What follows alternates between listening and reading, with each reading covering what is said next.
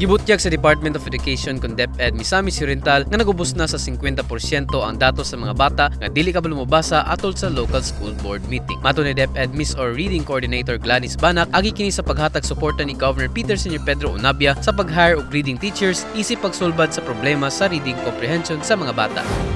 Consider na to ang successful siya because natabangan na to, na-address na to itong atong mga bata nga nag-need sa gitawag na to og skills sa reading. Base sa presentasyon sa DepEd Miss.Or, kadaghanan sa mga bata karon nga nagkinahanglan sa dugang tabang ang mga naa sa elementary level, hilabi na sa grades 3 ug 4. Samtang gibutyag ni Banak nga hagit sa mga magtutudlo ang pagkahibalo sa tun-an sa mga bata tungod sa ilang nakilain-laing level sa pagsabot. So ako lang panawagan masabtan sa atong mga ginikanan nga ang pag-edukar sa atong mga bata dili lang mahitabo sa eskwelahan. Ang pagpabasa or pag-edukar sa atong mga bata nagsugod gyud sa atong tagsa-tagsa ka pamilya.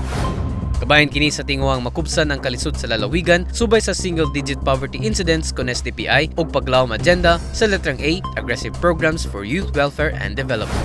Padayong gitutukan sa local school board ang kaayuhan sa mga bata sa lalawigan aron matagan silag maayo nga kaugmaon. Update ikan sa local school board ako si Philip Diaz, Paglaom News.